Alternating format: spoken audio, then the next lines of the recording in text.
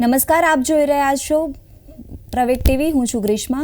સમાચારની શરૂઆત કરીએ તે પહેલા નજર કરીએ હેડલાઇન્સ પર. કચ્છમાં ભડકાઉ ભાષણ આપનાર મૌલાના અઝહરીની 3 દિવસના રિમાન્ડ મંજૂર. સામખિયાળીમાં આપ્યું હતું ભડકાઉ ભાષણ.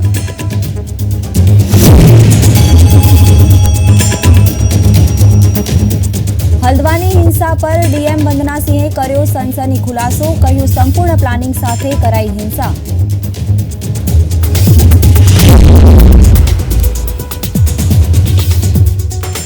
રાજ્યમાં ફરી એકવાર ઠંડીનો ચમકારો શરૂ. અનેક વિસ્તારોમાં લઘુત્તમ તાપમાન 1 થી 2 ડિગ્રી ઘટ્યું.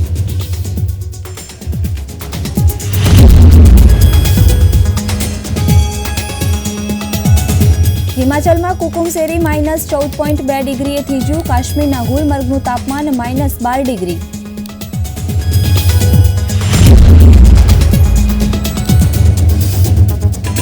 આજે મૌની અમાવસ્યા પર શ્રદ્ધાળુઓએ નદીઓમાં લગાવી શ્રદ્ધાની ડૂબકી. કડકડતી ઠંડીમાં મોટી સંખ્યામાં ભક્તોએ કરી પૂજા અર્ચના.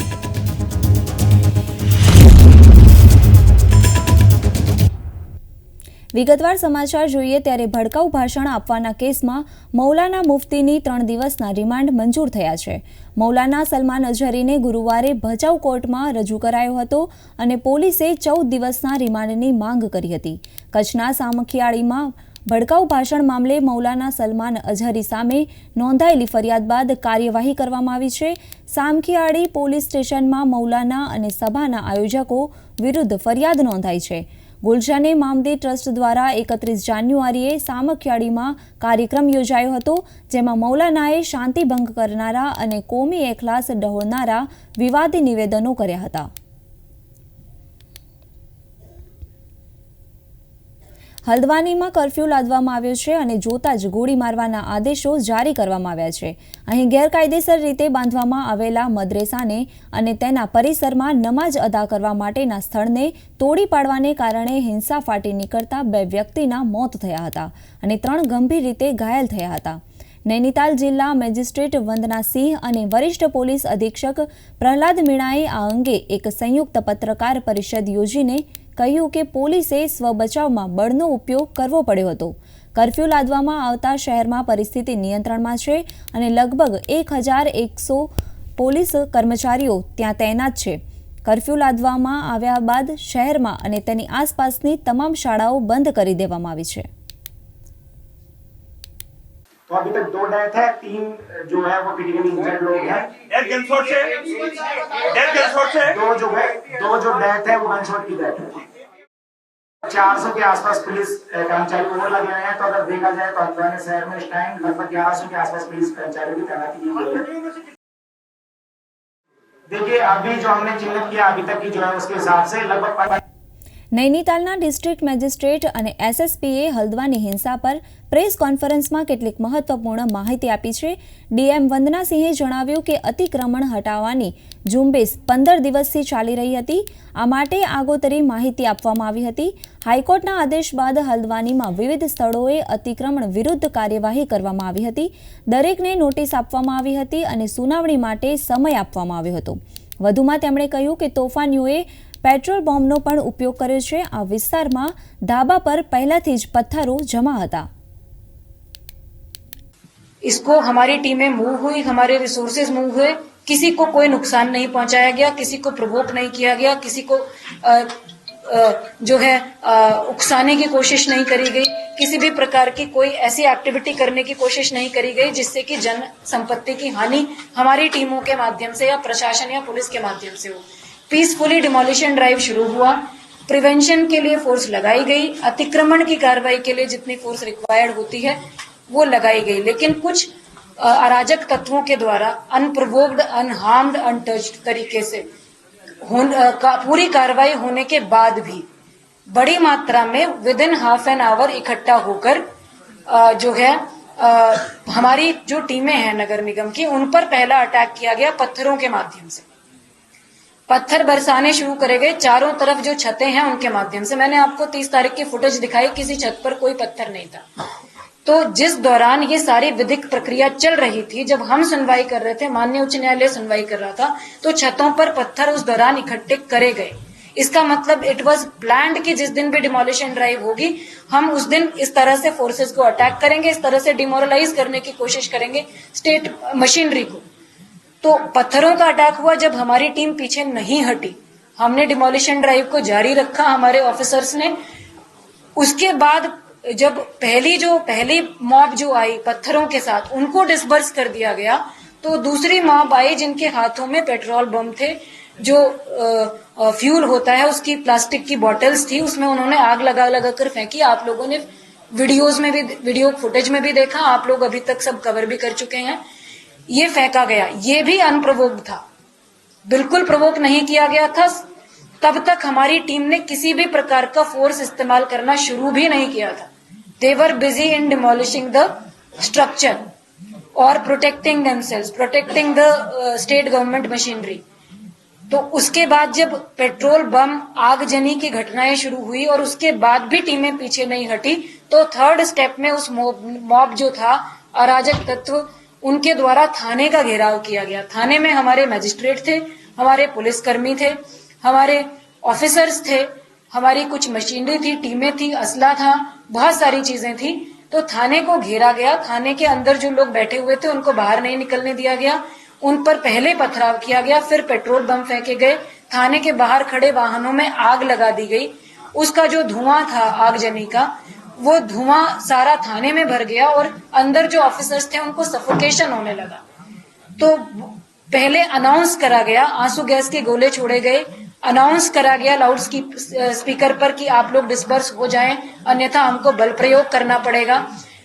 उसके बाद पानी की बौछार भी अग्निशमन के माध्यम से करी गई ताकि उस आग को बुझाया जा सके और जो लोग अंदर फंसे हुए हैं उनको सफोकेशन से बचाया जा सके, ये भी किया गया। उसके बाद भी जब वो मॉब डिस्बर्स नहीं हुआ तो कुछ जगह से ये सूचना आई कि जो रिवॉल्वर होते हैं या वैध या अवैध है वो सब जांच का विषय है। जो भी असलहे हैं, जो भी आर्म्स हैं, उनके माध्यम से कुछ फायरिंग स्टार्ट करी गई थाने पर डायरेक्टली, थाने में अंदर जो टीमें थी उन पर डायरेक्टली। उसके बाद जो है फोर्स इस्तेमाल करने के आदेश दिए गए, कर्फ्यू इम्पोज करा गया, फायर ओपन करने के आदेश दिए गए, कमर के नीचे फायर ओपन करने का हमारे स्थानीय मजिस्ट्रेट ने वहां ऑर्डर किया। इस स्थिति को देखते हुए, हमारी टीमों की सुरक्षा को देखते हुए ઉત્તરાખંડના નૈનીતાલ જિલ્લાના હલ્દવાનીના બનભુલપુરા વિસ્તારમાં ગેરકાયદેસર રીતે બાંધવામાં આવેલી મદ્રેસા અને મસ્જિદને ગુરુવારે મ્યુનિસિપલ કોર્પોરેશને જેસીબી મશીનથી તોડી પાડી હતી। આ પછી વિસ્તારમાં ઊભી થયેલી હિંસક સ્થિતિને ધ્યાનમાં રાખીને કર્ફ્યુ લાદવામાં આવ્યો હતો અને તોફાનીઓને જોતા જ ગોળી મારવાના આદેશ આપવામાં આવ્યા હતા। પોલીસે જણાવ્યું કે હિંસક ઘટનામાં 60 લોકો ઘાયલ થયા છે, તેમાંના મોટાભાગના પોલીસકર્મીઓ અને મ્યુનિસિપલ કર્મચારીઓ છે, જેઓ ગેરકાયદેસર બાંધવામાં આવેલી મદ્રેસા અને મસ્જિદને તોડી પાડવામાં સામેલ હતા। ઘાયલોમાં હલ્દવાનીના એસડીએમ પણ સામેલ છે। હિંસા વધી જતા હલ્દવાનીમાં તમામ દુકાનો બંધ કરી દેવામાં આવી હતી। કર્ફ્યુ લાદવામાં આવ્યા બાદ શહેરમાં અને તેની આસપાસની ધોરણ 1 થી 12 સુધીની તમામ શાળાઓ પણ બંધ કરી દેવામાં આવી છે। ઘટનાની ગંભીરતાને જોતા મુખ્યમંત્રી પુષ્કરસિંહ ધામીએ રાજધાની દેહરાદૂનમાં સ્થિતિની સમીક્ષા કરવા માટે એક ઉચ્ચ સ્તરીય બેઠક બોલાવી અને અધિકારીઓને સૂચના આપી કે જેઓ પરિસ્થિતિને બગાડે છે તેમની સામે કડક કાર્યવાહી કરો। स्थिति ये थी कि मैं जब अपने घर के पास पहुंचा, मेरे घर के बगल से मुस्लिम लोगों का घर है और मैं किसी सिलसिले से आगे रुका, जैसे अपनी गाड़ी रोक के, तो मैंने देखा अपनी पहली बार ऐसा कि पुलिस प्रशासन कई संख्या में, मतलब सैकड़ों की संख्या में भागता हुआ आ रहा अपनी जान बचाने के लिए। और वो लोग पथराव कर रहे थे, घेर के मार पथराव उनके ऊपर कर रहे थे। महिलाएं सर में फटे हुए और ये बहुत बुरी तरीके, किसी का पेट टूटा हुआ, किसी का हाथ में तो वो तकलीफ। तो इस वजह से उन्होंने हमसे कहा कि आप लोग देख रहे हो, हमें बचा नहीं रहे हो, तो फिर हमने उनको बचाने का प्रयास किया, उनको रोका, उसमें हम भी घायल हो गए।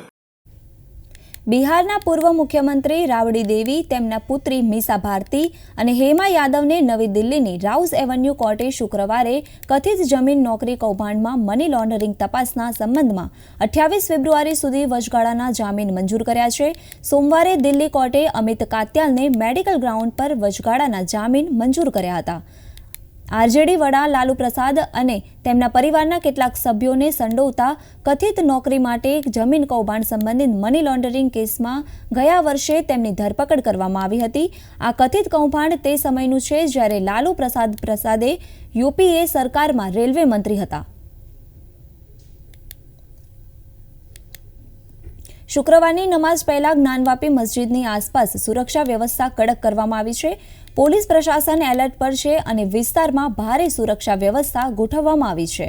વારાણસી કોર્ટે ગુરુવારે મસ્જિદના ભોયરામાં તાજેતરમાં મંજૂર કરાયેલ પૂજા સામે જ્ઞાનવાપી મસ્જિદ સમિતિની અરજીની સુનાવણી માટે 15 ફેબ્રુઆરીની તારીખ નક્કી કરી છે.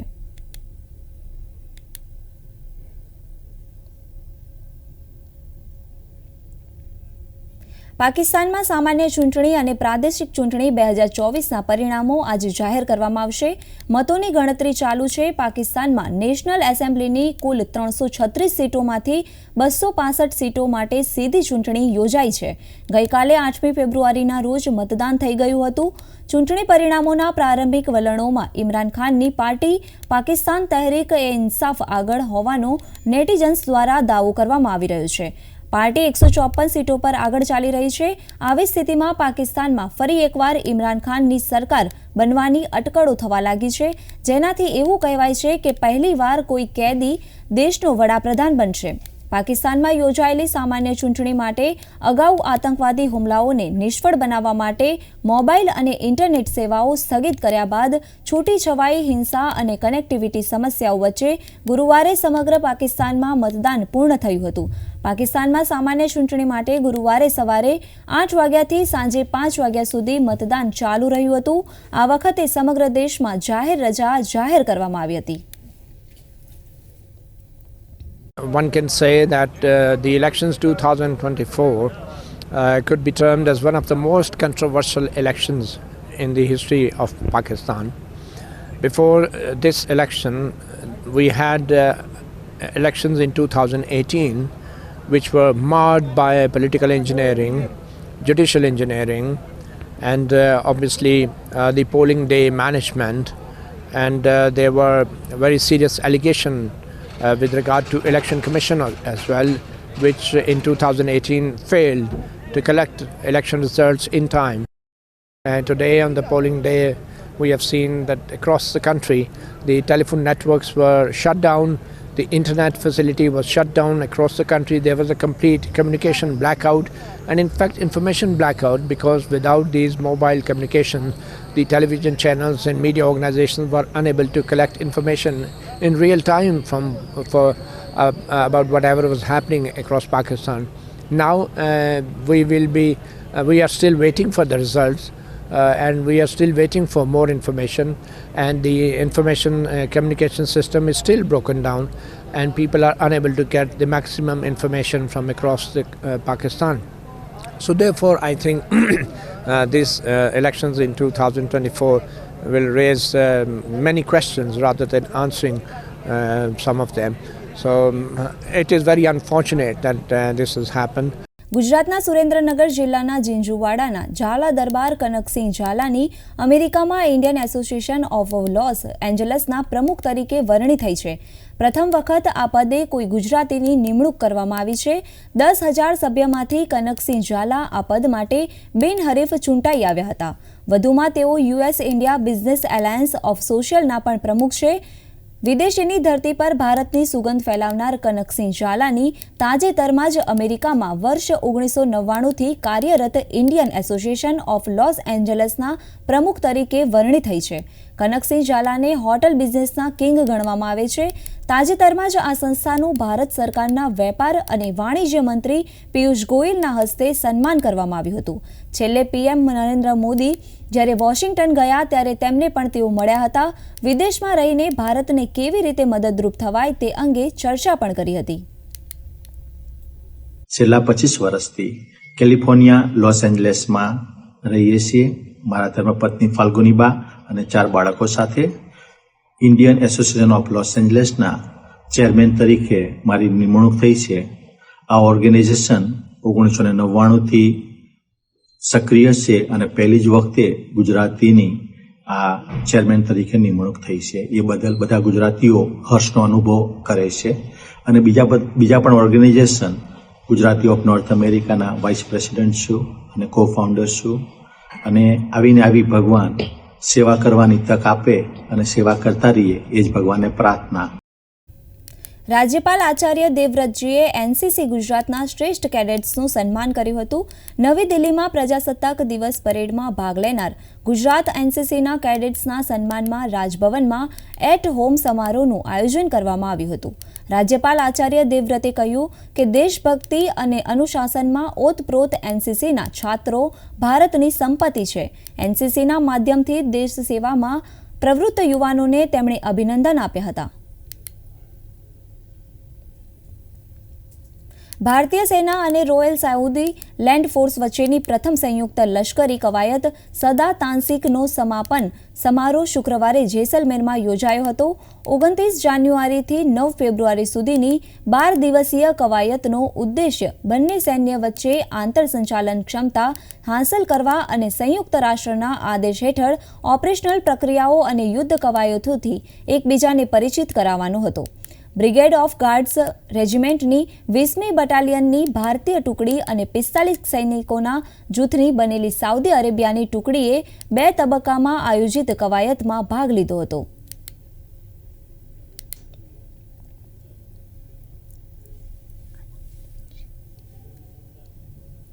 રાજ્યમાં ફરી એકવાર ઠંડીનો ચમકારો શરૂ થયો છે, જેમાં વિવિધ વિસ્તારોના તાપમાનમાં નોંધપાત્ર ઘટાડો જોવા મળ્યો છે.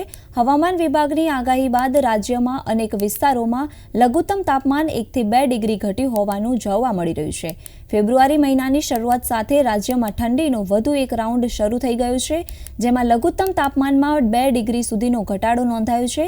આ સાથે જ ઉત્તર પૂર્વના પવનોને લીધે ઠંડીનું જોર વધ્યું છે.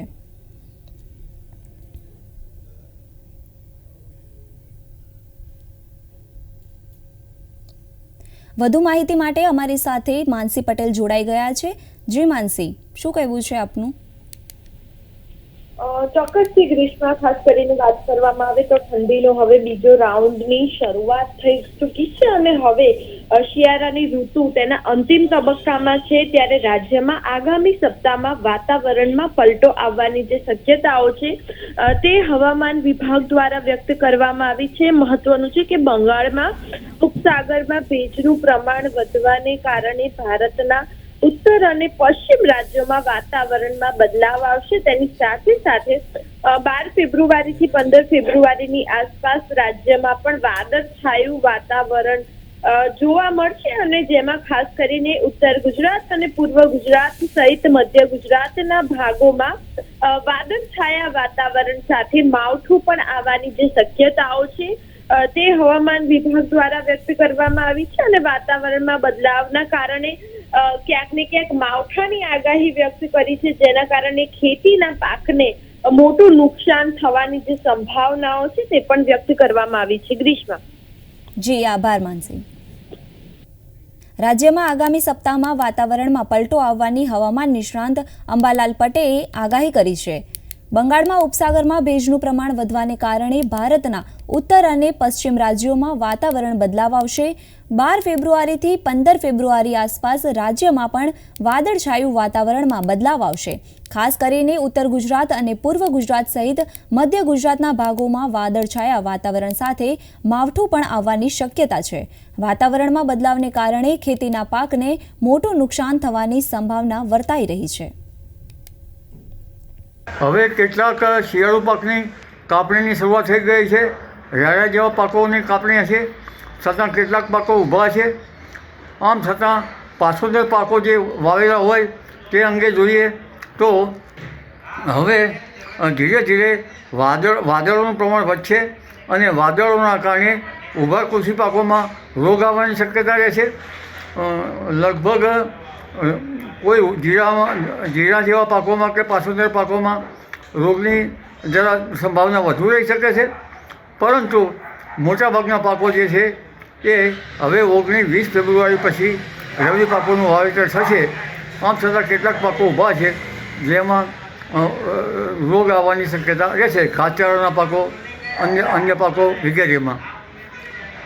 તારીખ 12, 13, 14, 15માં પણ બંગાળ ઉપસાગરમાંથી ભેજ આવતા વાદળ બનશે.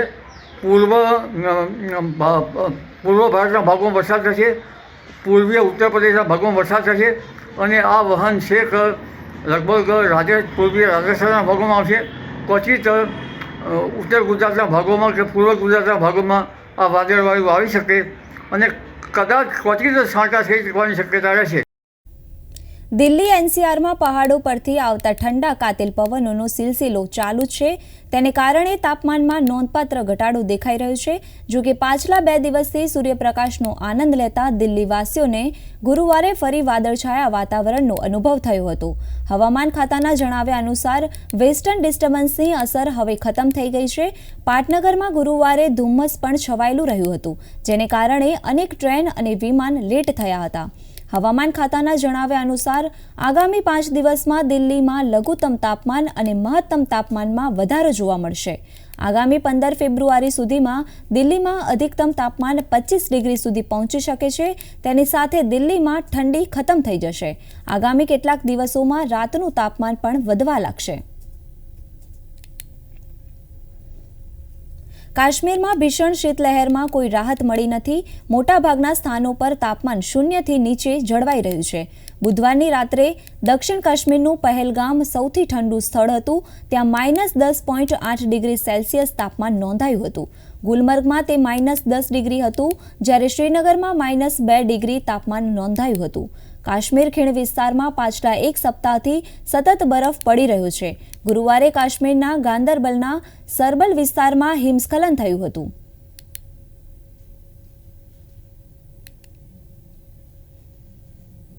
જમ્મુ કાશ્મીરમાં ગુલમાર્ગના સ્કી રિસોર્ટની મુલાકાત લેતા પ્રવાસીઓમાં ખૂબ જ લોકપ્રિય થઈ રહ્યું છે. શુષ્ક હવામાનના અઠવાડિયા પછી ભારે હિમવર્ષાને પગલે લોકપ્રિય પર્યટન સ્થળની સંખ્યામાં વધારો જોવા મળી રહ્યો છે. નવા ગ્લાસ ઇગ્લુ કાફે ઘણા પ્રવાસીઓ માટે મુલાકાત લેવા આવશ્યક સ્થળ છે. 2020માં વિકસિત હોટેલ સ્નો ઇગ્લુ કાફેની લોકપ્રિયતા જોયા પછી તેણે આ વર્ષે વધુ મજબૂત માળખું બનાવવાનું નક્કી કર્યું. હોટેલના લોન પર ખુલ્લી જગ્યામાં સેટ કરેલ ઓલ વેધર ગ્લાસ ઇગ્લુ આસપાસના બરફથી ઢંકાયેલા પર્વતોનું મનોહર દ્રશ્ય આપે છે. આ અનોખો ઇગ્લુ પોલીકાર્બોનેટથી બનેલો છે અને યોગ્ય લાઇટિંગ, બેઠક અને ગરમીની વ્યવસ્થાથી સજ્જ છે. This is our first experience about this igloo cafe in Kashmir. पहली बार हर्ड किया, सुना तो मैडम के साथ मिलके बुक किया और यहाँ पे आके कल कैंडल लाइट डिनर और अभी हम गोंडोला राइड करके आए और कॉफ़ी ऑर्डर किया. तो प्राइवेसी अच्छी है और डिनर भी और सर्विंग वगैरह सब कुछ अच्छा है. तो हमने बहुत एंजॉय किया यहाँ पे. फैंटास्टिक. हमने इंस्टाग्राम में देख के हमको पता नहीं था कि ऐसा इतना अच्छा एक्सपीरियंस मिलेगा. फर्स्ट टाइम आए हैं तो आप नज़ारा भी देख सकते हैं. सब बर्फ गिरा है. फिर कल रात को हमने कैंडल लाइट डिनर भी किया. बहुत अच्छा एक्सपीरियंस था. स्नोफॉल भी हो रहा था और अभी हमने कॉफ़ी ऑर्डर की तो अच्छा था, बहुत अच्छा था. इग्लू कैफ़ी इज बेसिकली जो अभी आप देख रहे हैं igloo cafe, this is a polycarbonate structure. Mainly ये फिनलैंड कॉन्सेप्ट है, फिनलैंड्स में होते हैं. But the concept came from last back couple of years back. We have built snow igloo that was Asia's largest igloo. उसके बाद हमें concept आया वो विल जस्ट मेक ए इग्लू जो कि समर में भी रहे और विंटर में भी रहे, ताकि एक टूरिस्ट एक डिफरेंट एक्सपीरियंस लेके वहाँ पर कुछ ले सकते, मील स्नैक्स वगैरह ले सकते. સમાચારના અંતની વાત કરીએ તો મહેસાણા જિલ્લાના તરબ ગામે રબારી સમાજના શ્રી વાળીનાથ મહાદેવના પ્રાણ પ્રતિષ્ઠા મહોત્સવનું આયોજન કરવામાં આવ્યું છે. જેને પગલે તારીખ 16થી 22 ફેબ્રુઆરી દરમિયાન વિવિધ કાર્યક્રમ યોજાશે. ત્યારે આવો નજર કરીએ પ્રાણ પ્રતિષ્ઠા મહોત્સવની તૈયારીઓ પર.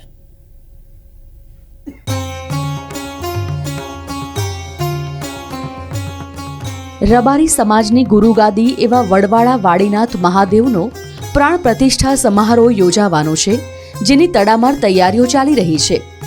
તારીખ 16મી ફેબ્રુઆરીએ મહોત્સવની શરૂઆત થશે અને 22મી ફેબ્રુઆરીએ વડાપ્રધાન નરેન્દ્ર મોદીની ઉપસ્થિતિમાં મહોત્સવનું સમાપન થશે. ભવિષ્ય એવો કાર્યક્રમ થવા જઈ રહ્યો છે ત્યારે અહીંયા અતિરુદ્ર મહાયજ્ઞ એટલે 1100 કુંડાત્મક અતિરુદ્ર મહાયજ્ઞ, એના અંદર 15,000 યજમાનો. આ પણ એક વર્લ્ડ રેકોર્ડ બનશે કે આટલા યજમાનો દ્વારા આપણે જે યજ્ઞ થવાનો છે યજ્ઞના અંદર આહુતિ આપવામાં આવવાની છે.